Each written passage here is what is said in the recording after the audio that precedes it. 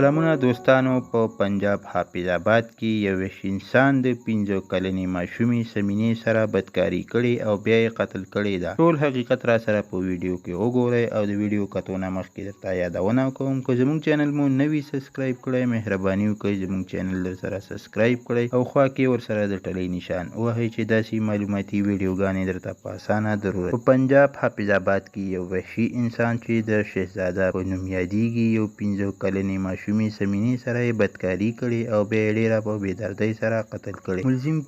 ملزم پولیسو په موقع نیولې او خپل جرم یې قبول کړی دی. ملزم په خپل بیان کې داسې وایي چې ما سمینه د کور نه په بهانه را روانه کړه او په دوکان کې مې ورته څه څیزونه هم واخیست او بیا مې د ځان سره مسجد بوتله. هلته مې ورسره بدکاري وکړه او بیا مې په ځمکه ووهله او قتل مې کړه. کله چې مې قتل کړه نو بیا مې د کلي په یوه حجره کې ښخه کړه. د 15 کلنې سمینې پلار دا وایي چې زما لور زما نه د اختر لپاره بنګړي او نکریزې غوښتلې خو ماته زما لور په داسې حالات کې ملاو شوه چې زما داسې یقین هم نه و چې زما لور به ماته په کفن کې ملاویږي او دا ظالم سړی به یې په داسې بېدردۍ سره قتل کوي. د سمینې پلار او د کلي خلکو د حکومت نه دا مطالبه کوي چې دوی ته د انصاف ملاو شي، د له دې سره عام پانسي ورکړي شي او زموږ هم د حکومت نه دا مطالبه ده چې داسې کسانو د سخت نه سخته سزا ورکړي شي چې بل څوک داسې کار ونه کړي. دوستانو دا